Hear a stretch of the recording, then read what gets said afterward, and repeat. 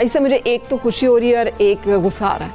गुस्सा इस बात पे आ रहा है कि यार हम जो है वो कितना पीछे रह गए, और खुशी इस बात पे है कि हमारे भाई जिन्हें हम कहते हैं पाकिस्तान, जो मशरिकी पाकिस्तान कहा जाता था, वो हमसे कितने आगे निकल गए। लेकिन खुशी होने की एक और वजह भी है, आइंदा जब कोई कहेगा ना 2 टके की औरत, तो हम उसे कह देंगे 2 रुपए का आदमी।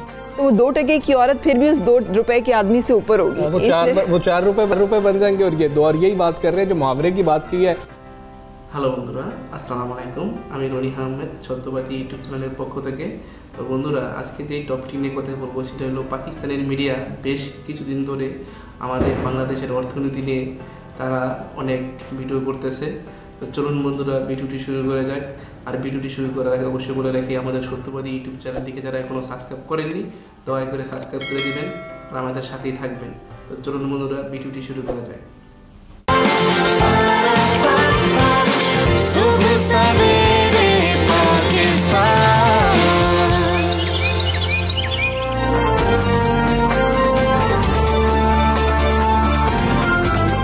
वेलकम बैक आपको सुबह सवेरे पाकिस्तान में। Good morning. अब जो खबर है, ऐसे मुझे एक तो खुशी हो रही है और एक गुस्सा आ रहा है। गुस्सा इस बात पे आ रहा है कि यार हम जो है वो कितना पीछे रह गए, और खुशी इस बात पे है कि हमारे भाई जिन्हें हम कहते हैं पाकिस्तान, जो मशरिकी पाकिस्तान कहा जाता था, वो हमसे कितने आगे निकल गए। लेकिन खुशी होने की एक और वजह भी है, आइंदा जब कोई कहेगा ना 2 टके की औरत, तो हम उसे कह देंगे 2 रुपए का आदमी। तो वो 2 टके की औरत फिर भी उस 2 रुपए के आदमी से ऊपर होगी। वो 4 रुपए बन जाएंगे। और ये 2, और यही बात कर रहे हैं जो मुहावरे की बात की है। जो 2 टके का मुहावरा है, हमेशा किसी की बेकदरी के लिए फर्क कहना चाह रही है कि वो इस्तेमाल किया जाता रहा। औरत की बेकदरी के लिए कभी 2 टके का मत सुना। 2 टके की औरत ही होती है। 2 टके की बात भी होती है। हाँ। तूने तो 2 टके की बात किया, 2 टके का आदमी भी एक मुहावरा है, फर्क आ जाता है। और टके टके पे रुलना भी जो है ना, वो भी एक। लेकिन अब इस मुहावरे को तब्दील कर लें, क्योंकि जो 1 टका है वो 2 रुपए का हो चुका है। 2 टके जो है वो पाकिस्तानी 4 रुपए के बराबर है। और ये जो बेकदरी है पाकिस्तानी रुपये की, ये इसका सिलसिला मुसलसल जारी है। लेकिन इसकी एक बहुत बड़ी वजह बांग्लादेश ने जो ये कामयाबी हासिल की है, वो बांग्लादेश की मजबूत मुआशी पॉलिसियाँ हैं। इस वक्त तो आपके सामने सूरत हाल है, 2/3 इनका GDP का जो है कंट्रीब्यूशन वो गारमेंट्स फैक्ट्री से है। जो गारमेंट्स जो पाकिस्तान का एक होता था, हमारी ये कपास अच्छी होती थी, उनका पटसन अच्छा होता था, और पाकिस्तान जो है यहाँ पे बहुत अच्छा कपड़ा बनता था। पाकिस्तान की कॉटन दुनिया भर में मशहूर थी, लेकिन अब बांग्लादेश सबकत ले गया उसमें। हमारे पास कपास है और हमें ऑर्डर्स नहीं मिल रहे, और अगर ऑर्डर्स मिल रहे हैं तो हम पूरा नहीं कर पा रहे, और कपास जो है उसकी पैदावार भी कम होती जा रही है। लेकिन बांग्लादेश जो है वो टेक्सटाइल इंडस्ट्री में अगर बात की जाए तो चाइना से मुकाबला कर रहा है जी। और सिर्फ टेक्सटाइल इंडस्ट्री में नहीं, इनका जो जी है ये सिर्फ सार्क मुमालिक नहीं, बल्कि इस वक्त दुनिया में सबसे ज़्यादा बेहतरीन है। इनका जो एवरेज था ना एनुअल ग्रोथ, वो 8.20 एवरेज थी, जो कोविड की वजह से थोड़ा नीचे आई है, अब 7.5 कही जा रही है पेंडेमिक की वजह से। लेकिन ये भी इस वक्त खित्ते में इंडिया भी पीछे रह गया, पाकिस्तान भी पीछे रह गया। दुनिया के तमाम ममालिक में सबसे बेहतरीन जो प्रोग्रेस है, आपको पता है कि IT में नंबर 1 जा रहा है बांग्लादेश के। 6 लाख से जायद इनके जो है ना फ्रीलांसर्स हैं जो काम कर रहे हैं, और इनके 25 साल से नीचे 50% लोग हैं, और वो जो नौजवान है बड़ा काम करते हैं। और खातीन की जो आप बात कर रही थी, ये खातीन गारमेंट्स जो इंडस्ट्री है उसको फ्लरिश करने में उनका सबसे ज्यादा किरदार है। बिल्कुल सर। पर कैपिटा इनकम जो है ये $1200 से थोड़ा ऊपर है, लेकिन चले $1200। पाकिस्तान की जो पर कैपिटा इनकम है वो $302 है। तो अंदाज़ा कर लें कि लाइफ क्वालिटी, लाइफ स्टैंडर्ड। और एक ज़माना था जब मेरी अम्मी बताया करती थी कि ये जो कोविड वाले मामलात भी थे, उसमें मसाइल आए थे। नहीं, अम्मी की जो बात में करें वो कोविड से उसका ताल्लुक नहीं। वो ये था कि वो ज़माना जब यहाँ पर हमारा पाकिस्तान इकट्ठा होता था, तो ये कहा जाता था कि मतलब ये जो इस यहाँ पे एक्सपेंस बहुत ज़्यादा करने पड़ते हैं, सैलाब बार बार आते हैं। उसी सैलाब ज़दा, उसी बार बार आने तूफान वाले जो मुल्क है, उसने अपनी मईशत को कैसे खड़ा किया। मौसमियाती तब्दीलियाँ हमारे से ज़्यादा खतरनाक है। वहाँ पे समुंदर की वजह से पानी बहुत ज़्यादा है। और अब मुज़म्मिल असलम साहब माहिर मौशियात हैं, हमारे साथ मौजूद हैं। मुज़म्मिल असलम साहब, अस्सलाम वालेकुम, thank you very much. Muzammil साहब, कहिएगा इस बारे में, ये जो 2 टके वाला मुहावरा है जिसकी हम बात कर रहे थे, इसको अब तब्दील नहीं कर लेना चाहिए, और ये जो तब्दील हो रहा है मुहावरा, वजह क्या है? बांग्लादेश इतनी तरक्की कैसे कर गया, हम इतना पीछे कैसे रह गए? देखिए, बात यह है कि बांग्लादेश जो हम पिक्चर प्रेजेंट कर रहे हैं कि अभी जैसे आप लोग भी बात कर रहे हैं, नो डाउट पिछले 5-6 सालों में बांग्लादेश ने बहुत ग्रो किया है, और उसकी जो सबसे बड़ी बुनियादी वजह यह है कि उसने एक्सपोर्ट मार्केट पे बहुत जिसे कहते हैं कि अपनी गिरफ्त मजबूत की। लेकिन उसकी जो सबसे एक बड़ी वजह ये थी कि एक तो वहाँ पे पॉलिटिकली जो है स्टेबिलिटी है, और वहाँ पे आपको पता है एक नेशनल लेवल, एक नेशनल गवर्नमेंट टाइप की चीज़ बनी थी। उसके बाद उन्होंने पूरी दुनिया में, क्योंकि एक बांग्लादेश ने दुनिया में जो है जाके एक लीस्ट डेवलपिंग कंट्री का इसके पास स्टेटस है, तो चाहे अमेरिका हो, चाहे बरतानिया हो, चाहे यूरोप हो, उन्होंने इसको ट्रेड कंसेशंस दिए में बहुत बड़े। आपको याद होगा 2 साल पहले ट्रंप ने इंडिया से जो है ट्रेड कंसेशंस ले लिए थे और इंडिया को लीस्ट डेवलपिंग कंट्री का स्टेटस उससे छीन लिया था। तो उसके बाद क्या हुआ कि बांग्लादेश में इंडिया ने, जो इंडिया के जो सरमायाकार थे, जो इंडिया से पहले जो एक्सपोर्ट्स करते थे इन ममालिक में, उन्होंने अपनी जाके फैक्ट्रीज लगाई। और आज बांग्लादेश में जो डोमिनेंस है, अगर आप कभी एक स्टैटिस्टिक्स उठाएं तो बांग्लादेश से इंडिया में प्रॉफिट रिपैट्रिएशन बहुत ज़्यादा होती है। यानी कि इसका मतलब ये होता है कि बांग्लादेश में जो सरमायाकारी है वो इंडियंस ने की, और उसके बाद वो मार्केट कैप्चर की जो इंडिया लूज कर रहा था क्योंकि ट्रेड कंसेशंस की वजह से। अब देखें, बात ये इसमें जो सबसे इम्पॉर्टेंट चीज़ ये है कि बांग्लादेश ने अपने आप को इस तरह पोजीशन किया कि वहाँ पे सरमायाकारी आई।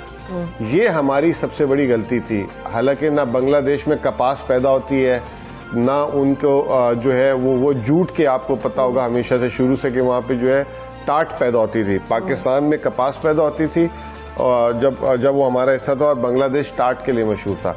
तो बांग्लादेश हालांकि अपने मुल्की वसाइल नहीं है, सिर्फ वो टैक्स स्टेटस की वजह से उसने एक बहुत बड़ी मार्केट कैप्चर की, और मैं बहुत बड़ी कामयाबी समझता हूँ उसको। हाँ बिल्कुल कामयाब, बहुत बड़ी कामयाबी है, इट्स अ बिग अचीवमेंट। लेकिन पाकिस्तान की पॉलिसीज के बारे में भी हमें बता दीजिएगा। एक तो तरसीलात ज़र में वज़ीर आज़म ने भी ऐलान किया ज़्यादा है, करंट अकाउंट सरप्लस की बात की गई कि बहुत पैसा आया, उसके बावजूद करेंसी तो स्टेबल नहीं हो रही। फिर दरामदात जो है वो कहा गया कि कम की जाएंगी, उसके बावजूद करेंसी स्टेबल नहीं हुई, मईशत भी हमें उस तरह स्टेबल होती दिखाई नहीं दे रही। तो कमी कहाँ पर है?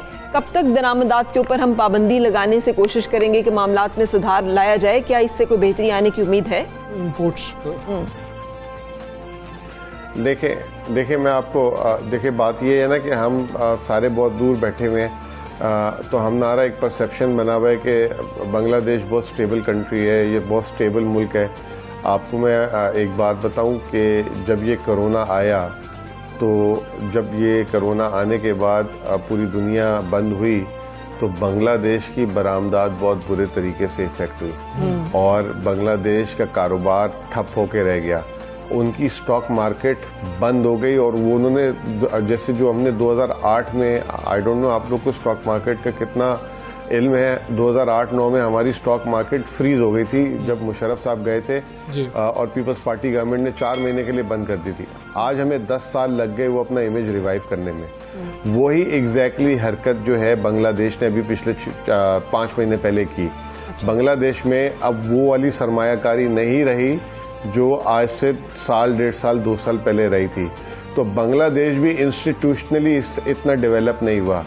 तो वो जो हमने देखा वो बांग्लादेश ने अब देखा। इसी तरीके से उन्होंने अपनी करेंसी को अभी तक संभाल के रखा हुआ, अपनी करेंसी को टूटने नहीं दे रहे। ये कोई जिसे कहते हैं कि ये कोई बड़ी उसकी बात नहीं है, खुशी की बात नहीं है कि आप आर्टिफिशियली अपनी चीज़ को रोकें।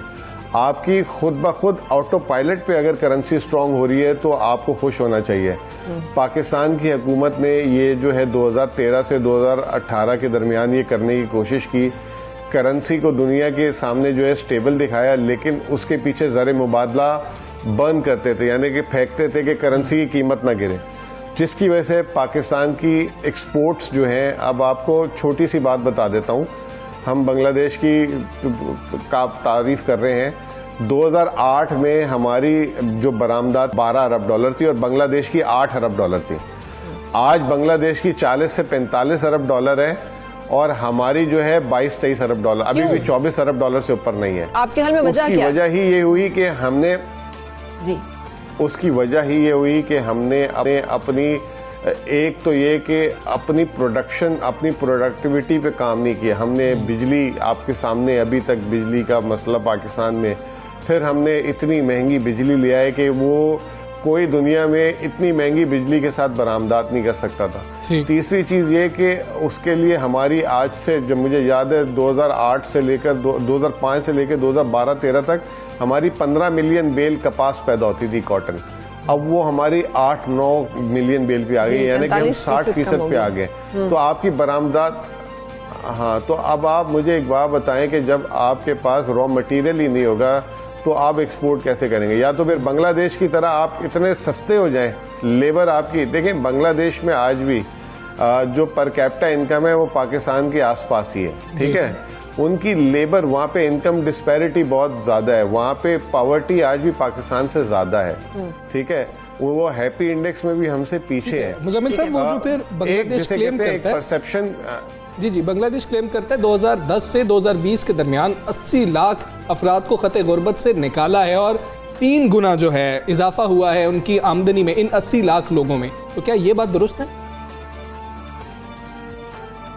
बिल्कुल है, लेकिन आप वो देखें कि वो मिकदार जो 80 लाख की थी, उनकी इबादी का आज भी कितना फीसद बनता है। आज भी जो गुर्बत है वहाँ पे पाकिस्तान से, पॉवर्टी रेट पाकिस्तान से ज़्यादा है आज भी, ठीक है।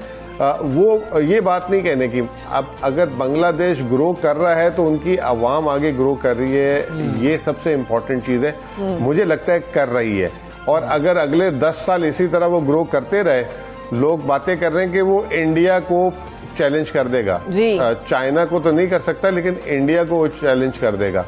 अब हमें भी एक, जिसे कहते हैं वर्ल्ड्स फैक्ट्री बनने की जरूरत है, और ये हुकूमत ने कोशिश काफ़ी की है, लेकिन हमारे मसले इतने हैं कि मैं क्या बोलूँ। আজকের মতো ভিডিওটি এই পর্যন্তই। যদি ভিডিওটি ভালো লাগে থাকে তাহলে কমেন্ট বক্সে কমেন্ট করে জানাবেন, আর আমার চ্যানেলটিকে যারা এখনো সাবস্ক্রাইব করেননি দয়া করে সাবস্ক্রাইব করে দিবেন। আল্লাহ হাফেজ।